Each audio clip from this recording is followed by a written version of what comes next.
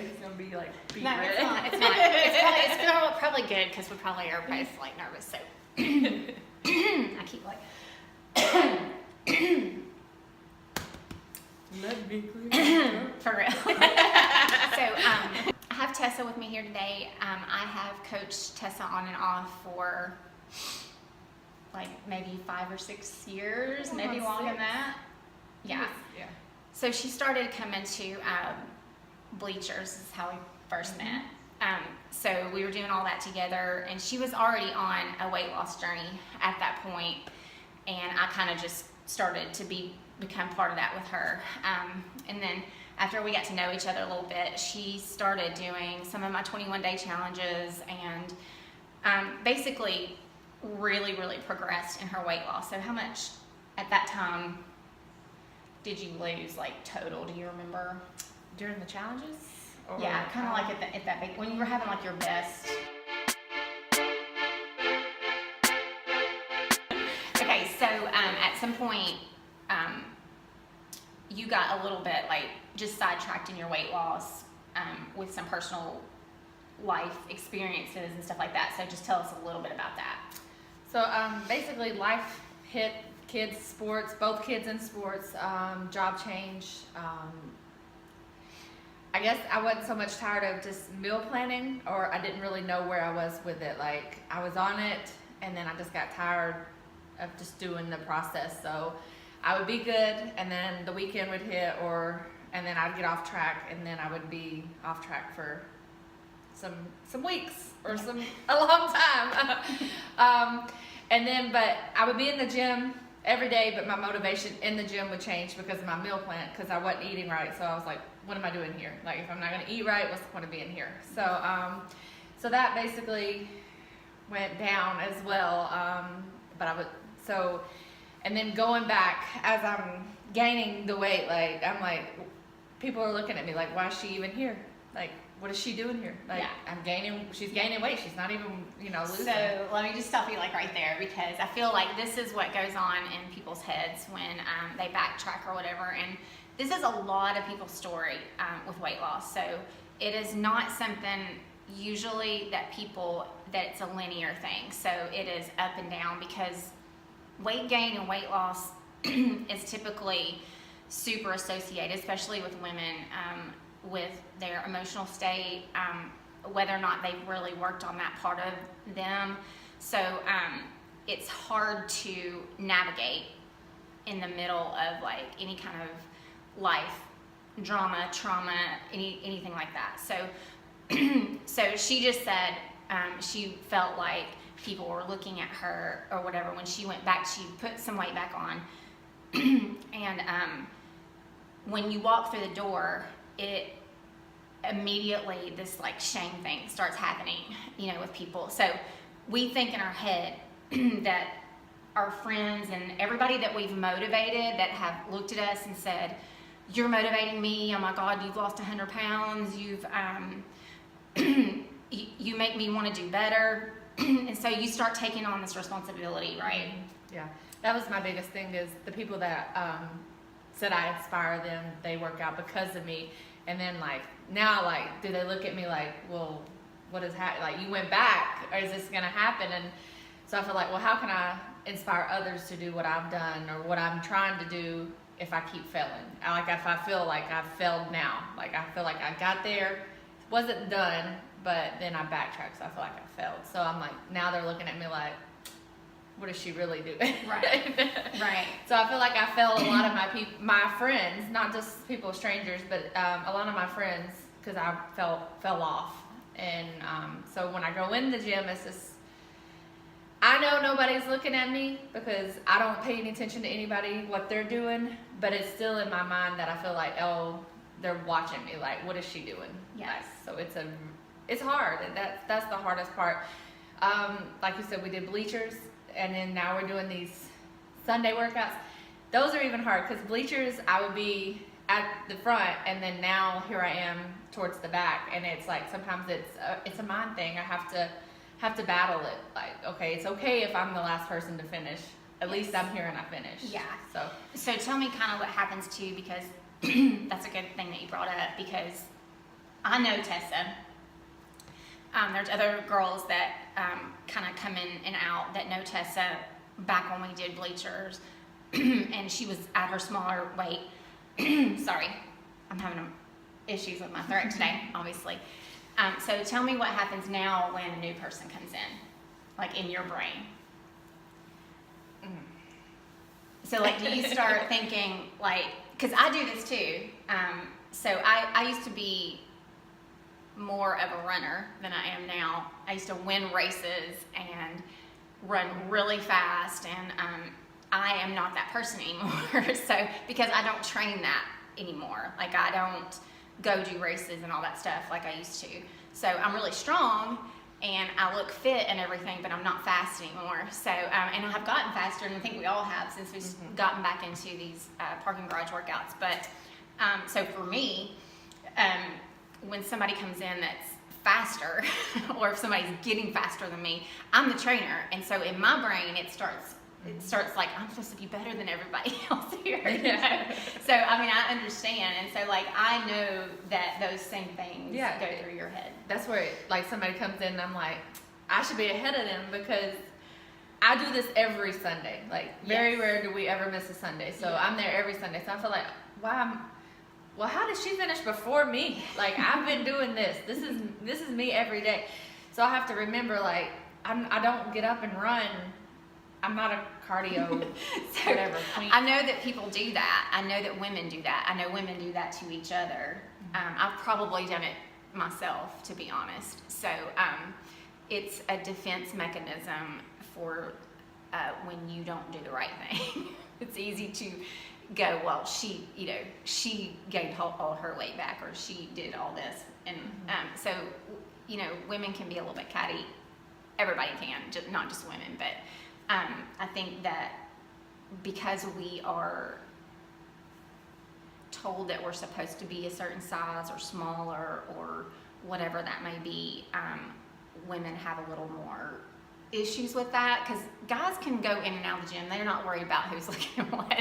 Usually I won't say everybody, but so I remember when we kind of got back together as a team, and she had a problem walking back into this gym. Like I knew, and she didn't say that to me, but I knew that I needed to reach out to her and tell her that it was okay, that that I was not disappointed in her, that there was nothing that she could do that made me think she was less than what she was before, that she couldn't do it again.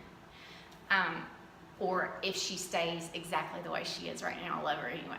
It doesn't matter, because she works her ass off in the gym and she never quits. And so like, to me, that is the thing. People that don't quit, no matter what, gain, lose, whatever, they're still busting it and they're trying, and those are the people that are going to win. So whenever that conversation happened, I feel like Tessa, and then you can like interrupt me at any time if I'm like putting words in your mouth, but I feel like it took a burden off of you. Oh, it did.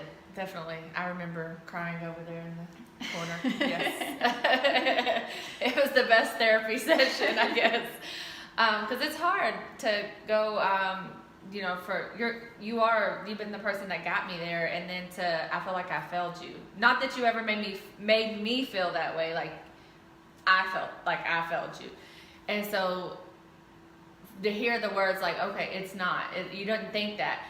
I know you didn't think that, but I'm over here thinking you were thinking that about me. But it's not, it wasn't, but it just is how I felt. Like coming here, sat here, cried it all out, came back. So I remember my first workout, my first Saturday.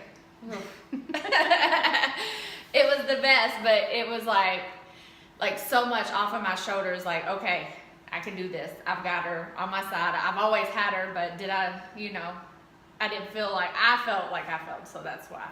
But coming back was a big burden, like the first workout. Now I walk through the doors more confident as ever. So the point of all of this was just to get it out there that not only should you yourself start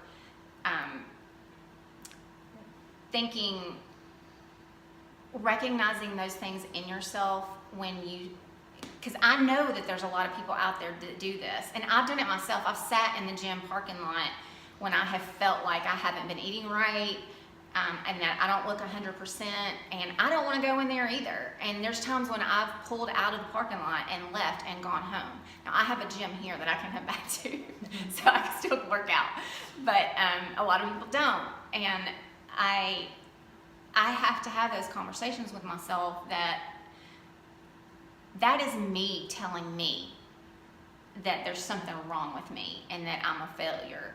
And it's not other people. And if it is other people, that's their problem. It's not my problem. But a lot of that is generated inside of us. It's not the other people. And if it is, we need to have the balls to stand up and say F you about it, because I showed up. And that's the thing, that I have a lot of clients that on the outside, they might not feel like they're winning or that they're making the progress that they want to make on the outside, but I'm telling you, they do make it on the inside, because I make sure that they do. I make sure that they know that what they're doing matters, and that when they don't stop, that they will get what they want. Mm-hmm. But I want to also say, like, if you are a female that's in the gym and you see somebody, or you notice somebody that you feel like is struggling because this has happened to them or whatever, please reach out to them. Like, even if you just say, girl, I see you. I see you showing up, and I am super proud of you. That just takes such the burden off of people. And you know it. I mean, you know it when you see it. And if I see somebody in the gym that I know, you can see it on their face when they are feeling like they're less than, or they're ashamed or something. Mm-hmm. And I promise, if you walk in the door, you won. Yeah, and get in there and get it, you won. Just getting in the doors, you know, and getting your workout is another. And I feel like whenever I have a lot of clients that are, because this is a thing, like, this is what the whole point of this video is. I want people to get past the, it's basically shame is what happens. You tell yourself that you have let yourself down, basically, and you take on the responsibility of other people, when in reality, if you can verbally talk to people and and social media is great about this, because like, we can talk to a lot of people at one time. You know, you're not going to walk up to somebody in the gym and say, I know I've lost a bunch of weight before and I'm bigger now, or I'm slower now, or whatever. So like, I'm here, and it's hard to like get all that out. But for somebody to step up and talk about it, it helps a lot of other people go back to the gym. So like, just this week, I've had people say, I'm trying to get back in the gym, but I've been smaller before, and I walk through the door and I'll turn around and leave, because I'm thinking people are looking at me like, she used to be that smaller. Mm-hmm. And I know people if I want do that hamburger, I can have that hamburger, but I've got to make sure it fits for the whole day. Like, I can't have 3 hamburgers today. Right. Yeah, or a hamburger and then, with the broccoli. I mean, or a hamburger with, the shake, and then go home and have a Pop-Tart and then eat ice cream or whatever. Gotta know when to stop. You gotta have that's one thing that, I tell you all the time I struggle with. Like, okay, I allow myself to have that I guess you would say a cheat meal. I guess you call it whatever you want to call it. Have that, but I don't know when to stop there. Like sometimes I'm like, well, did this today, I might as well just eat this and this. There goes that workout, you know? Yeah. And it's a trend, but I've learned it's a struggle, but I've got it. Like, I know, like, okay, I know how to get it back, like, on there. Yeah. So like the time period between the kind of slip up with the food and then getting back on track, whatever that means for you, is shorter. So like having moments of, so we all slip, right? And I am I'm not gonna say that out loud.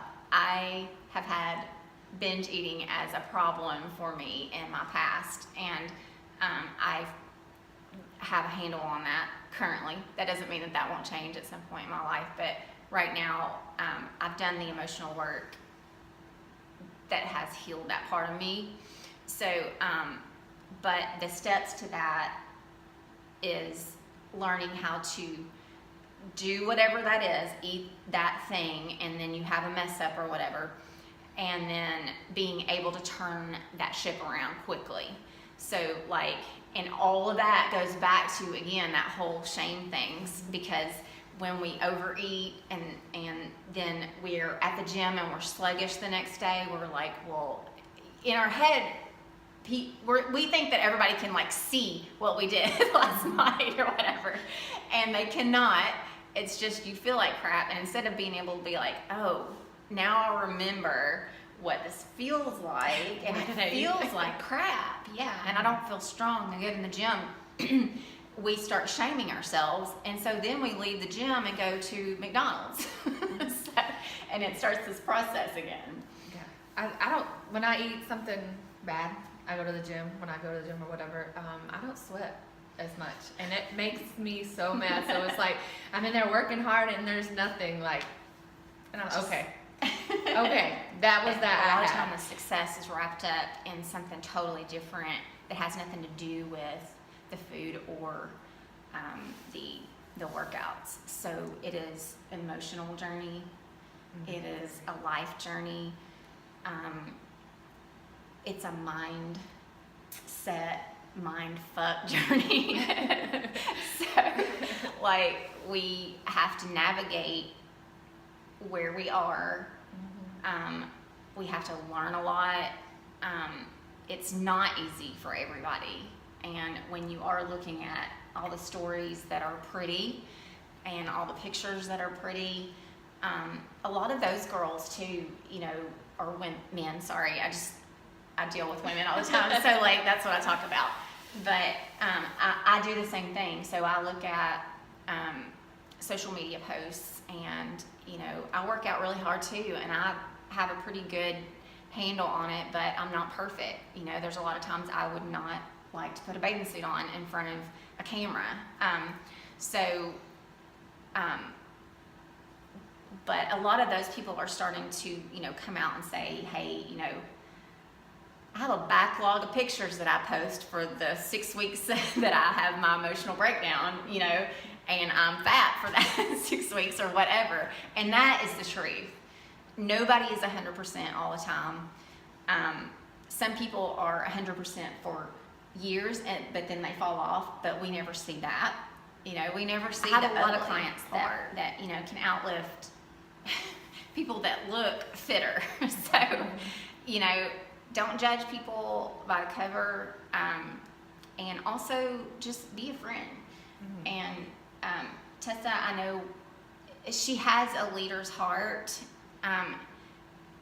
and sometimes that has to be developed in people, and I just want to encourage you to keep developing that inside of yourself. I know that you ultimately, nobody's perfect, and everybody has their shit, okay? Once you start getting results too, it's real easy to overdo it. So you get excited about it. You get excited about meeting goals of how you look and losing weight and seeing and seeing the number drop on the scale, and people start talking about it, and you get excited, and so that's another thing. You're, you know, if you backtrack a little bit, you know, people don't know what to say to you, and you don't know what to say to people. And I think the quicker that we can say, dude, life happened, I gained 15 pounds back, here it is, but I'm at the gym, and we're going to do this, and I'm on it, and being able to like break out of that, thing that we got going in our head, and then you get back on it, and you do feel good, and you can get it back off, or maybe you decide, I feel better right here, and F you if you don't like that, So I have seen this occur so many times, like over and over, just working with the amount of people. The challenges really probably have given me more insight into women than anything, because I've had the opportunity to work with so many women, like in like groups. So I have started to see like patterns and all that stuff. But I know that at the end of the day, when I can recognize when somebody's like struggling with something, and the quicker that I can get to them and say that it's okay, and that I see them, and I see them working hard still, and get like that encouragement button pushed a little bit, and also like remove the shame, they just they just start to cruise again. And that, I'm super appreciative that you are open to me. I'm very open. And that Tessa super encourages me too, and she encourages me as a coach, and so I think we kind of vibe off of each other like that. But I think, I see potential in her for, leadership bigger than she probably sees herself. But that has come from watching her never ever quit. And messing up does not equal quitting. We all mess up. And so I just wanted to share a little bit of her story, and she was open to it, so we did. But I just, talking about it's gonna help. It's gotta help, like, cause I've held it in so long. Like, I mean, I talked to you, but I guess it's gonna be out there now, so Yeah. it's talked about. So Yeah. now it's time to really. you're gonna have like a new level of like burden taken off of you. Yeah, maybe it'll be even lighter for me. Yeah. All right. Thanks for watching. Thank you. Thank you, Tessa.